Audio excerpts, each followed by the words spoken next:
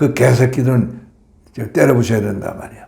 그럼 내가 지금 바로 워싱턴에 가겠다 그랬더니 뭐 애치선이 말려가지고 가진 않지만은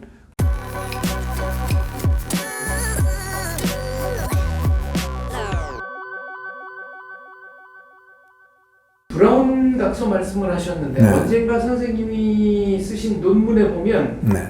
브라운 각서는 트립 와이어, 네. 인계 철선 문제를 확실하게 우리 측에 유리하게 못 박은 문서. 그렇습니다. 그렇죠. 하셨습니다. 그렇죠. 그 트립 와이어라는 것이 아까 얘기한 것처럼 이 대통령이 그렇게 노력해도 아이젠하워가 문서상으로는 그걸 안 하려고 그러니까 결국 그 이제 이 대통령이 한국군 군 지휘부의 건의를 받아들여서 소위 인계철선 배비로 땜질했단 말이에요. 근데 인계철선 땜질은 그것대로 위험이 있는 게 만약에 북한군이 그 우회가 가능할지는 모르지만 우회해서 지나오면 어떻게 되느냐. 또 그 북한군이 미군 기지를 덮쳤는데 미군이 허약해져 가지고 워싱턴이 대응을 안 할 경우에 어떻게 되느냐. 예컨대 푀블러 사건 같은 것은 사실은 그 인계철선에 해당되거든. 근데 미국이 거기에 대해서 대응을 안 했잖아요. 대응을 못했죠. 못했지. 그래서 그때 응징 보복을 해야 되는데 그걸 못했잖아요. 네. 이제 그러니까 군함이 납치당하는 글쎄, 지경까지 갔는데 대응을 못했잖아요. 그런 사태가 나오는 어떻게 하느냐 하는 걸 가지고 한미 이제 매년 하는 그 연합작전 회의 장관급 회의에서 늘 매년 그게 이슈가 됐어요. 그때마다 적당한 문자로 땜질해야지. 그 땜질했던 것을 그래도 확실하게 문자로 박은 게 바로 브라운 각서죠. 브라운 각서가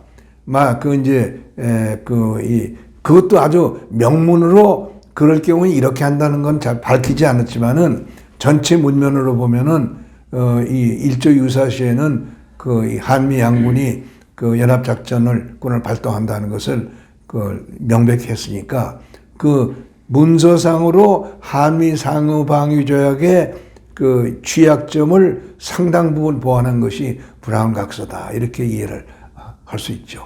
브라운 각서는 그렇다면 대한민국 번영에 결정적 역할을 한 문서. 결정적인 문서. 그래서 내가 많은 분들한테 브라운 각서를 읽고 그걸 잘 음미하고 평가할 필요가 있다 그거죠. 네. 존슨 대통령이 방한했을 때 네. 공항에서부터 저 중앙청까지 저 서울시청 앞이었나요? 어마어마한 인파가 나와서 환영을 했습니다. 그렇습니다. 그 이제 존슨 대통령이 아마 한복을 입고 움직였잖아요. 네. 어느 구간은. 그러고 이제 한국 사람들이 결국 그게 그 이제 이 박 대통령이 케네디 대통령을 만나러 갔을 때는 미국 그 정부가 굉장히 냉대했거든. 근데 이제 존슨 대통령을 만나러 가가지고 그 이제 이계사단 그 얘기를 하고 존슨 대통령이 그야말로 아주 박 대통령이 신격화됐죠. 그러니까 그 이제 그 일종의 바람이 한국에도 불어가지고 한국 사람들의 친미 감정을 아주 폭발시켰죠. 그 폭발시킨 장면이 존슨 대통령 방한 때 그런 형태로 그때 표현됐던 거죠. 대한뉴스 기록 필름을 보면은 존슨 대통령 부부도 네. 뭐랄까요, 예상치 못한 예상치 뛰어넘는 환대에 깜짝 놀라는 표정이 역력합니다. 맞습니다. 그래요. 네. 그렇습니다. 아마 한미 관계사에서 한국 사람들이 이해 못하는 장면이 또 있었어요.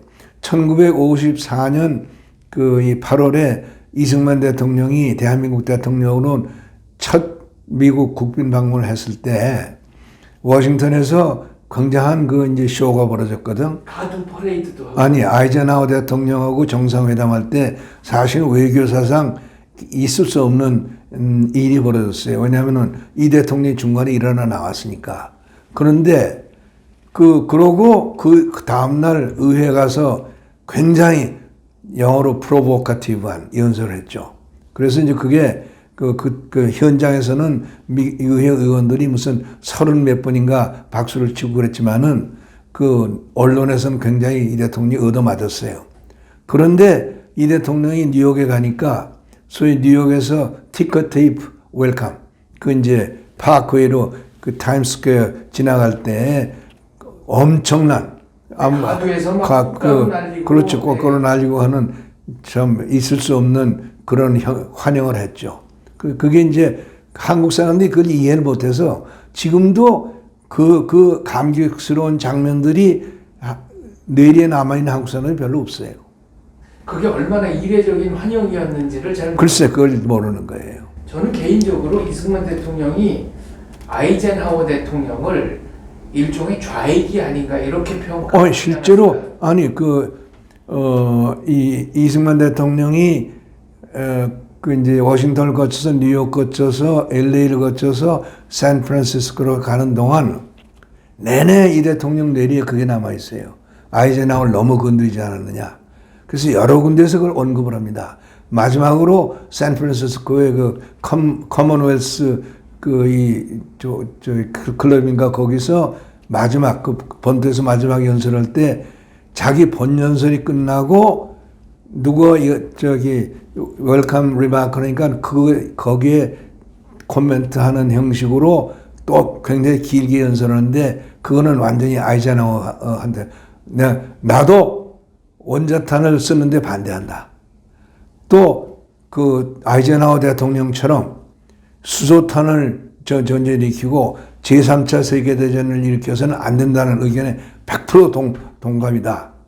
그러나 그러고 뭐라 그러냐면은 그 공산주의와는 콜레라처럼 싸워야 된다. 죽을 때까지 싸워야 된다. 그러고 지금 미국이 그걸 잘못하고 있다. 그런데 이 미국이 잘못하는 것을 시정하지 않으면은 그러면은 미국은 미국이 그동안 건국 이래 가지고 있었던 가치를 다 상실당하고 지구를 잃어버릴 것이다.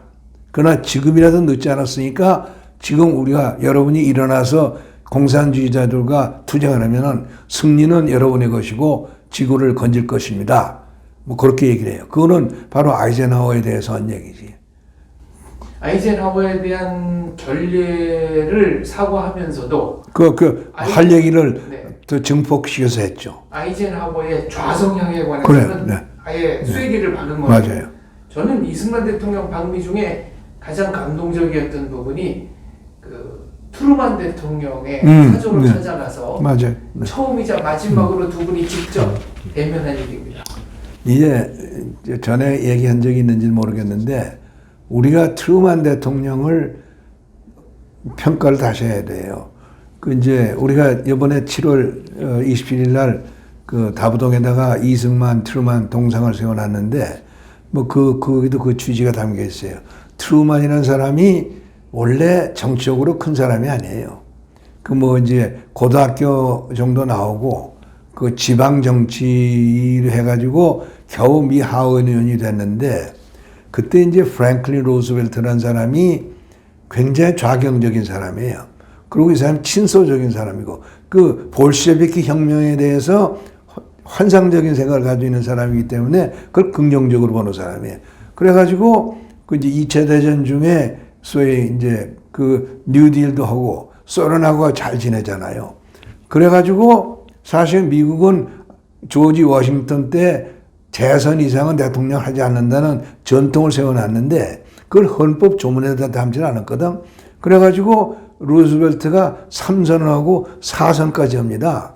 1944년에 4선에 당선됐는데 이 프랭클린 루즈벨트는 5선도 생각이 있어서 자기한테 맞설 만한 사람을 부통령으로 지명하지 않고 트루만이라고는 시골 이제 무지렁이를 무명정객을 부통령으로 한 거예요. 근데 이 트루만은 기독교인이고 아주 원론적인 민주주의자야. 아주 반공주의자고. 그래가지고 루즈벨트가 하는 게 마땅치 않은 거예요. 그러나 부통령이 힘이 세요. 더군다나 강력한 프랭클린 루즈벨트 아래서 트루만이 어떻게 무슨 말발을 쓸 수 있어요.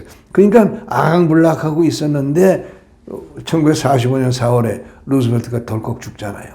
그러니까 대통령 해가지고 트루만은 반소 일변도로 나가죠. 그래가지고 그때는 공교롭게 처칠이 그 이제 45년 2월에 선거에서 져가지고 야로 나갔지만은 영국은 사실상 거국 내각 체제이기 때문에 그 트루만이 처칠하고 짝짝꿍이 돼가지고 소위 철의 장막도 치고 그 이제 그 냉전 체제를 구축하는데 아무튼 소련에 대해서 그런 저항심 때문에 38선도 건 거예요. 사실은 그 이 45년 8월 15일 날 그냥 끝났으면은 한반도는 소련이 다 먹어갔어요. 이미 그 함경부대는 들어왔었고 미군은 그 오키나와의 교두보를 확보하고 있었는데 근데 트루만이 이건 안 되겠다. 그래가지고 그 본스틸하고 딘 루스크 대령을 불러가지고 야, 그 한반도는 선을 그어라.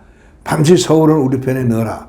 그랬더니 이 사람들이 38선을 해가지고 1945년 8월 15일 날 그 이제 메가더의 군사명령 1호에 그걸 넣고 그 다음에 트루만이 같은 날 전문을 스탈린한테 보내는 거예요. 그런데 우리가 이제 일반적으로 잘 모르는 게 있어요. 우리는 많은 사람들이 1945년 8월 15일 날 그 동경만에서 미소리 함상에서 일본이 미국한테 항복했다 그러는데 그게 아니야. 항복은 아마 9월 23일인가 그럴 거예요. 9월 3일인가. 그 이제 8월 15일 날은 일본 내각의 항복 그 선포를 한 날이지. 그래서 그런데 스탈린은 트루만이 그 전문을 보낸 데 대해서 묵살을 해버려요. 왜 그러니까 노를 안 해. 왜 노를 안 하냐면은 사실 스탈린은 미국한테 너무 신세졌거든. 2차 대전에서 소련이 살아남은 거는 미국이 랜드 리즈 어그리먼트라고 하는 무기 대여법에 의해서 뭐 소련군의 소총부터 탱크 비행기에 다 미국이 대줬으니까 그걸 그 이제 이 거역할 수가 없으니까 받아들인 거예요. 그래가지고 38선이 생긴 거거든. 그러니까 그 38선이 생겼지만은 트루만 생각에는 그것도 억울한 거예요. 소련이 북한 먹어도 억울한 거니까 그 이제 트루만은 아주 그 한반도에 대해서도 일종의 친대한민국이고 그래가지고 그 이제 미소공의가 깨지니까 애치슨이 그걸 건의했지만은 그 한국 문제를 유엔으로 가져가는 거 아니에요? 그래서 한국 문제가 소위 연합국의 전후 처리 방안에 의해서 독립이 되지 않고 그 테두리를 벗어나가지고 이제 유엔의 관여에 의해서 독립이 이루어진 거니까 1919 건군원이 말도 안 되는 거예요. 그게 이제 그건 다 전후 처리 이것하고 연관을 지어야만 그런 건데 한국의 독립은 그것하고 독립운동하고 전혀 관계없이 유엔이 결정해서 이루어진 거니까 이제 그런 거예요. 그런데 그러다가 이제 그 47년에 소련이 이 유고의 공산 세력을 사주해가지고 반란이 일어나니까 그 이제 트루만이 트루만 독트린을 발표하잖아요. 더 이상 소련이 한 발자국도 더 확장해서는 안 된다. 그래가지고 이제 그 완전히 전후 질서가 제도화됐는데 그러고 이제 49년에 동서양독이 독립을 하니까 소련이 베를린 봉쇄를 하잖아요. 그걸로 트루만이 군용기를 동원해가지고 석 달인가 6달 동안 그 생필품 공수작전을 해가지고 결국 소련이 항복하잖아요. 그런 트루만인데 그 늘 한국에 대해서 미안한 생각을 가지고 있는데 50년 1월에 애치슨이 실수를 하지. 그 이제 포린 코레스폰던스 클럽에 가가지고 애치슨 라인이라는 걸 말한단 말이에요. 그랬더니 사실은 그 김일성이가 48년부터 스탈린한테 자꾸 보챘는데 스탈린이 내내 미국 때문에 안 된다 그랬거든. 근데 애치슨 라인 얘기 나오니까 바로 그 다음 날로 김일성이한테 연락해가지고 남편 해라. 그렇게 된 거거든. 그런 게 이 트루만한테는 일종의 길트 컨시스너스는 남아있는데 죄의식이 남아있는데 50년 2월 24일 날 자기가 미주리 인디펜던스 자기 사저에 가 있는데 토요일 날 저녁에 애치슨이 전화해가지고 38선이 터졌다 그러니까 그 트루만의 1차 반응이 우리 조갑제 시간들 그 하는 얘기가 나잖아요. 그 개새끼들은 때려 부셔야 된단 말이야. 그럼 내가 지금 바로 워싱턴에 가겠다 그랬더니 뭐 애치선이 말려가지고 가진 않지만은 그동안에 이제 여러 편의 드라마가 벌어지죠. 그 이제 이승만이 그 6월 25일 날 10시, 그 아침에 낚시 갔다 와서 10시에 신성모한테 그 얘기를 듣고 그 바로 장면이한테 그 트루먼한테 가라고 그러면서 메가다한테 전화하잖아요. 그 메가다가 잔다고 안 바꿔주니까 그 대통령이 알았다 뭐 이러니까 그림이 놀라가지고 바꿔주니까 네, 부관한테 아주 그냥 야들 화를 내니까 네. 메가더를 바꿔줬는데 대통령이 메가더한테 굉장히 화를 냈죠. 내가 얼마나 경고했느냐 말이야. 이제는 당신이 책임져야 된다. 그래서 메가더 즉각 보내겠다 해서 긴급 여러 가지 명령을 발하기 시작했고 그동안에 이제 트루먼은 애치슨을 시켜서 바로 안보리를 소집해가지고 이제 했으니까 이제 그 과정에서 이제 이승만이라는 사람의 어떤 인물에 대해서 우리가 정말 재평가해야 될 그런 사유가 그런데 숨어 있는 것이 있으니까 그걸 역사를 발굴해가지고 그거를 현창을 해야 된다 하는 것이 있고